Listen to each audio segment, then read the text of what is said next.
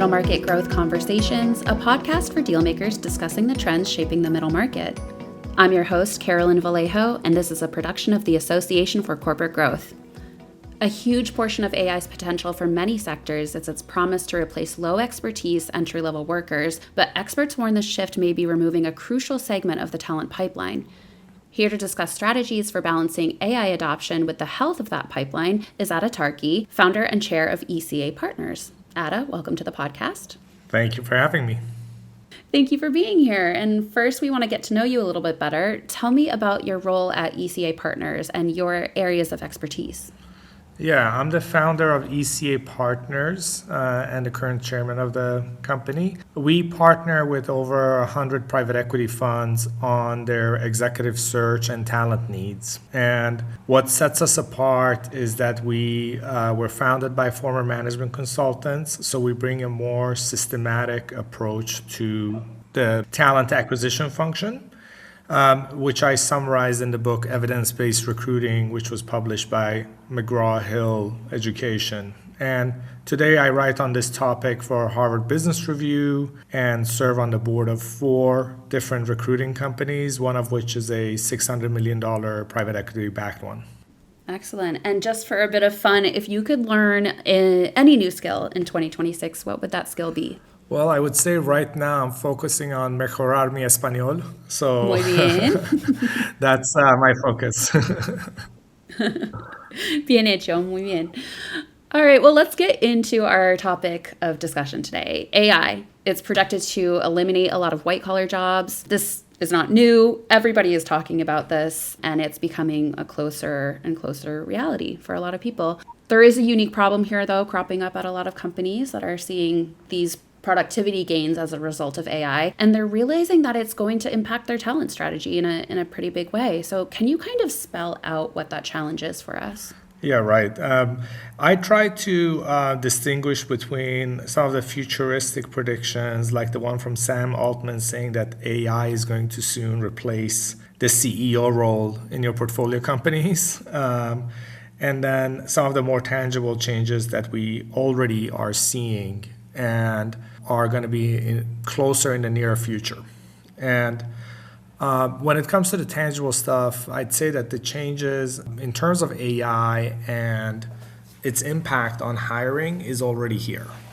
It's no longer just a futuristic prediction. I say that because when speaking with a top legal tech CEO, he recently revealed to us that some of the top law firms he's talking to, they are significantly scaling back their summer associate programs, where in the past, let's say they would have hired 100 summer associates, now they're thinking about 30.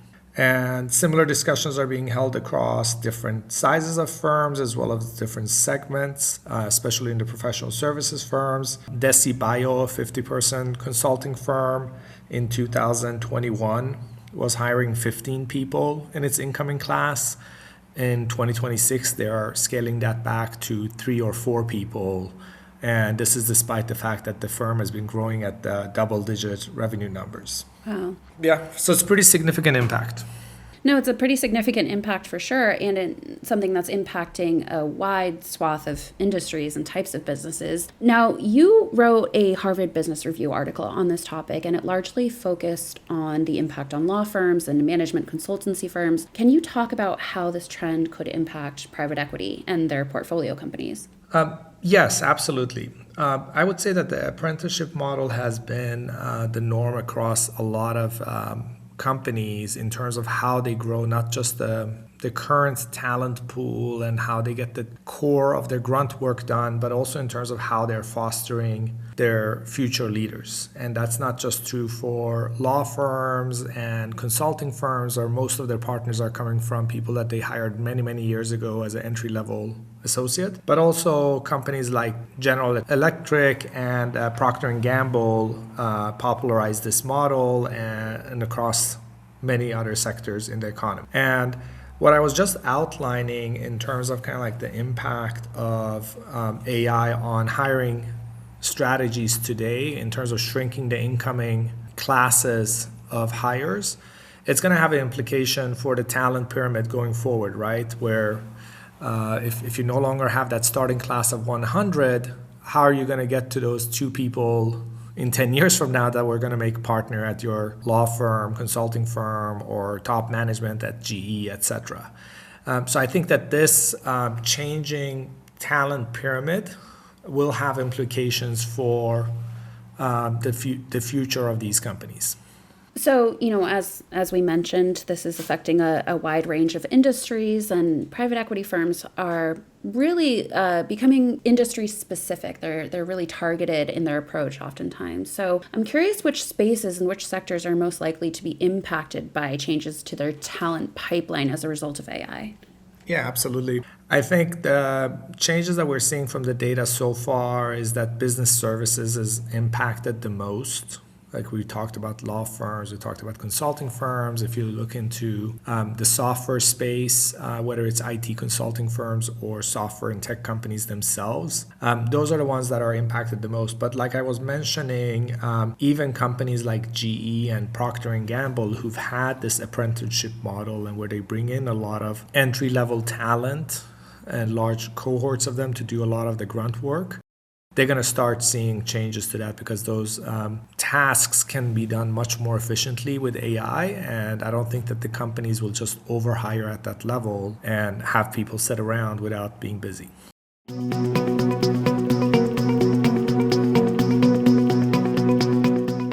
If you're a middle market deal maker, an M&A partner, or involved in any step of the deal process, you cannot afford to miss ACG's Deal Max at the Aria Resort and Casino in Las Vegas on April 27th through the 29th. The premier conference for middle market M&A, Deal Max is the place to create the connections that are the cornerstone of M&A success. Join us there to create new relationships and strengthen the ones that matter.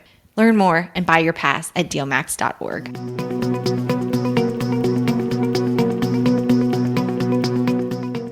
So I know already that the answer to this challenge isn't to just forget about AI. We have to adapt, we have to evolve. So let's start with the hiring process itself. How would you suggest that firms alter their hiring strategy in the age of AI efficiency gains? Yeah, I would suggest to take a step back and think about what that hiring strategy is doing for your firm. Is it only to take care of tasks that people are coming in to do today, or are we also utilizing this as a way of hiring future leaders? And in many cases, it is the latter part as well. And if you're doing that, I would suggest becoming a little bit more focused on hiring for future leaders and not just to get the current grunt work done. If you were having a very wide bottom of the talent pyramid, so to say, and you could hire 100 people but only expected 2 people to become a partner in 8 or 10 years, you didn't need to be very deliberate about trying to screen for those 2 people. You would hire 100 smart, hardworking people, and you would know that they would self-select out. You could promote people who were doing better throughout the years, and eventually you would end up with those 2 superstars who could make partner at your firm. But if at the bottom of the talent pyramid is shrinking, you need to become much more focused. And what we've seen at some of the best practices where firms are already doing that, they are being very thoughtful about a lot of the assumptions in their talent models. Like, for instance, they're asking why does a person need 6 to 10 years to become a partner at a management consulting firm or build a book of business? Whereas in other industries, for example, if you're a doctor in certain clinics, you are expected to build your own book of business from day one. And maybe that is a kind of like a model that we need to experiment with, or maybe there is something we can learn from that, and it doesn't need to take 6 to 10 years to become partner, but we can speed up certain elements of that process. I like that you said maybe that's a model we need to experiment with, because that kind of suggests that there will be a little test, a little trial and error here. Of course, these firms can make educated guesses and educated assumptions to refine their strategies, but maybe this will be a moving target. Would that be fair to say? Yes, I think that the best firms will start doing some experimentation and not just look at what their peers are doing in their very niche industry, but also looking at other verticals, like I was mentioning, and try to kind of like find a talent model that makes a lot of sense for their firm and not just what has been done the last 20 years in their sector, if you will. Absolutely.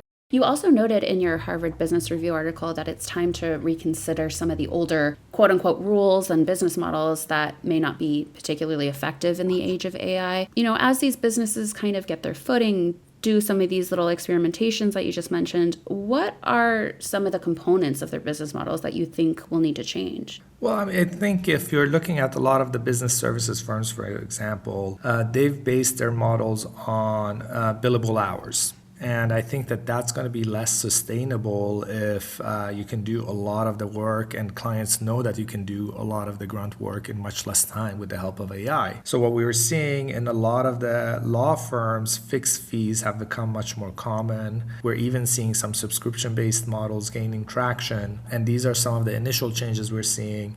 What we're seeing that a lot of the other types of companies are doing are essentially breaking out part of their services and offering that as a separate product line or service line.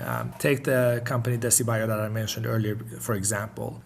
They were doing a lot of expert interviews. They found that their clients, they just wanted the expert interview and not to pay for the billable consulting hours that comes on top of that. So now they have launched an expert interview network where they can monetize that product stream for clients who want to do only that. Other examples are people who are experimenting with adding additional service lines to their business model.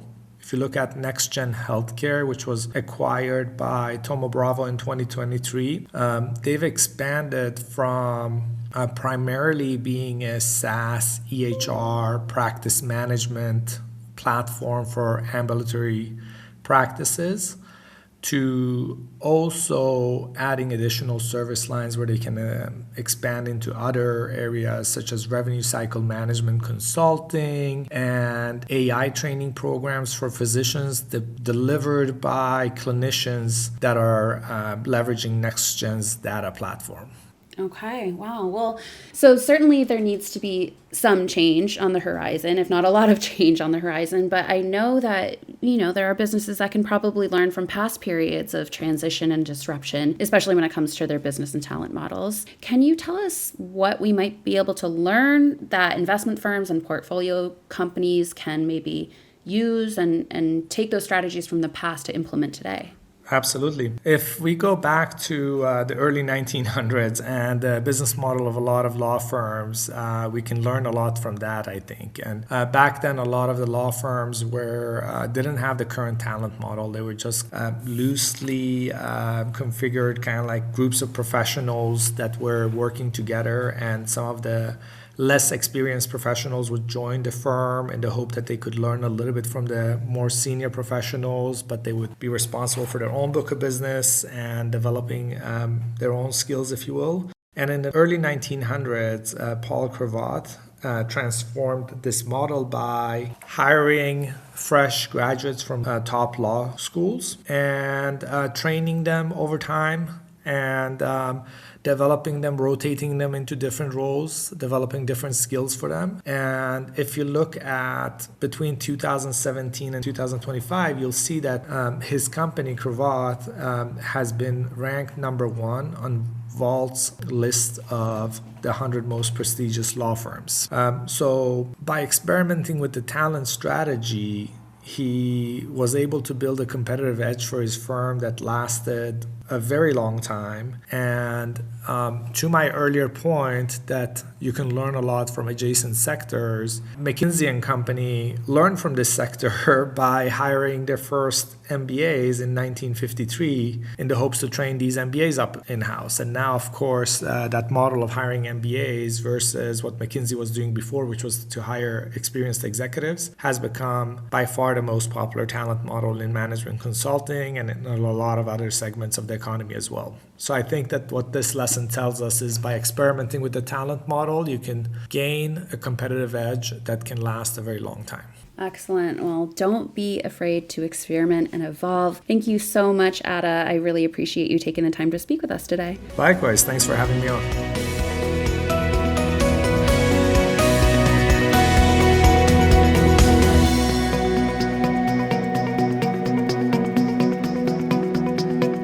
you for listening to this episode of Middle Market Growth Conversations. If you haven't yet, please subscribe to the podcast on Apple Podcasts, Spotify, or wherever you listen to podcasts. This podcast is produced by the Association for Corporate Growth. Learn more about us and discover new opportunities to network with middle market dealmakers at acg.org. For more thought leadership from dealmakers, business leaders, and other experts, visit middlemarketgrowth.org. If you like what you've heard today, please rate and review the podcast. And finally, if there's a topic or guest you'd like to hear on the podcast, or if you have any other feedback you'd like to share, send a note to us at tips@acg.org. Thanks again for listening.